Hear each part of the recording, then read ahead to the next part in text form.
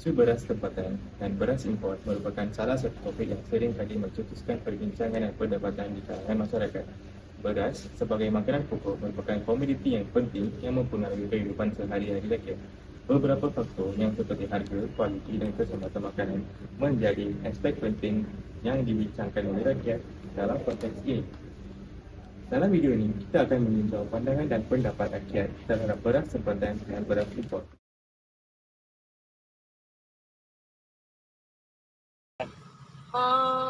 Kekurangan beras tempatan tu memang agak sukar lah untuk kami peniaga sebab harga beras yang import agak mahal lah berbanding dengan harga beras tempatan.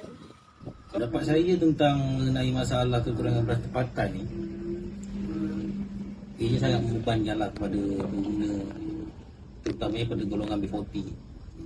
Sebab kebanyakan mereka dalam golongan B40 ni memang mengharapkan beras tempatan kerana salah satunya, faktor utamanya adalah kerana beras tempatan ni murah, tak seperti beras import, dan dianya mampu milih.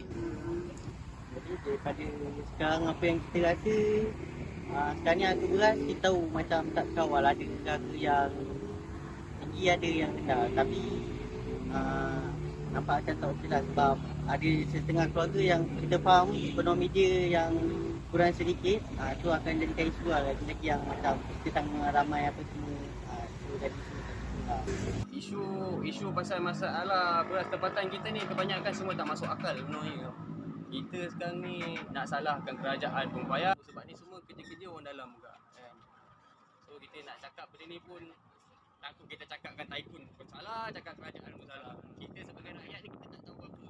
Saya rasa kekurangan beras tempatan ni mungkin sebab banyak faktor lah, dari segi pengeluaran, lepas tu banyak petani pun dah bertukar bidang tanah pertanian pun dah diubah ke pertanian lain.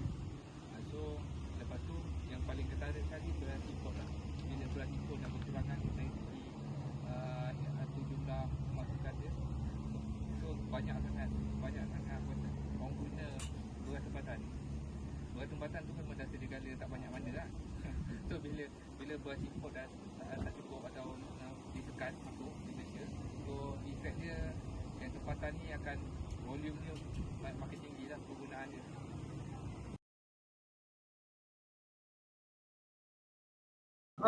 Kesannya kos kami meningkat lah.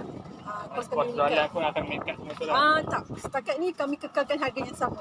Walaupun harga ada kenaikan harga barang, tapi kami kekalkan harga jualan kami. Okey.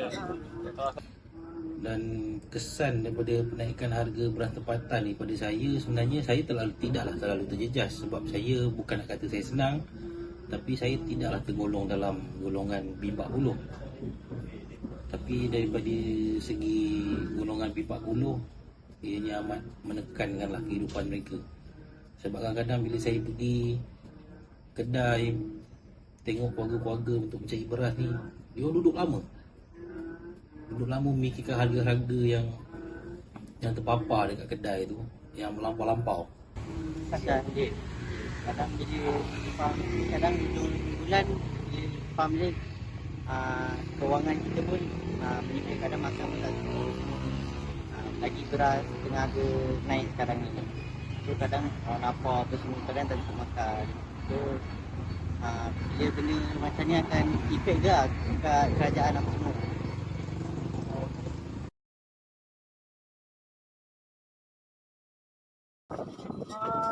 Nak tangani isu kekurangan beras tu rasanya pihak kerajaan lah.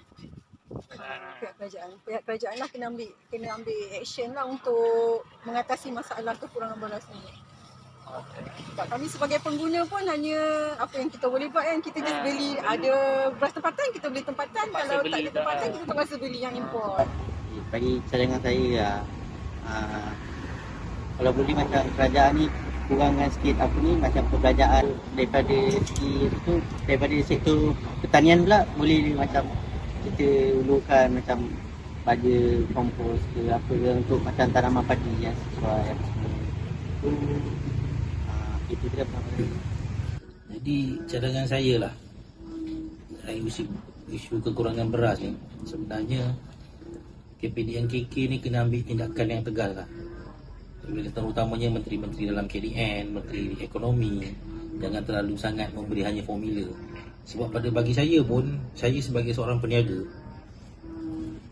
saya terpaksa cas dengan harga yang lebih tinggi, dan saya terpaksa menerima tomahan dan komplain daripada pelanggan tentang kenaikan harga makanan. Sedangkan margin untuk peniaga ni tidaklah terlalu tinggi. Jadi kalau saya tak menaikkan harga makanan saya, ini akan menjejaskan saya punya perniagaan. Kerajaan boleh kawal lagi lah harga beras ni, kita mintakan dia kawal harga beras. Pastikan harga barang dia macam berpatutan lah untuk dimiliki lah. Dia mampu milik lah kan. Lepas tu kira harga dia tu boleh lah, kira tak terbeban lah. Lebih banyak fikir kepada rakyat kan. Fikirkan orang, bukan semua orang kat Malaysia ni senang kan. So macam saya punya cadangan, kerajaan perlu fikir dengan lebih waras lah kan. Dan masalah kita pilih dia bukannya untuk benda-benda ini. Sebagai konklusi, isu beras tempatan dan beras import mencerminkan kepelbagaian pandangan dalam masyarakat. Pengeluaran dan penggunaan beras tempatan atau beras import bukan hanya berkaitan dengan faktor ekonomi, tetapi juga nilai-nilai kebangsaan, kualiti makanan dan keselamatan. Oleh itu, keputusan dan dasar berkaitan dengan beras import mengambil kira pelbagai perspektif dan kepentingan rakyat. Seiring dengan itu, pendekatan yang seimbang dan menyeluruh kepada membantu memenuhi keperluan masyarakat serta mendukung pertumbuhan dan kelestarian sektor pertanian tempatan.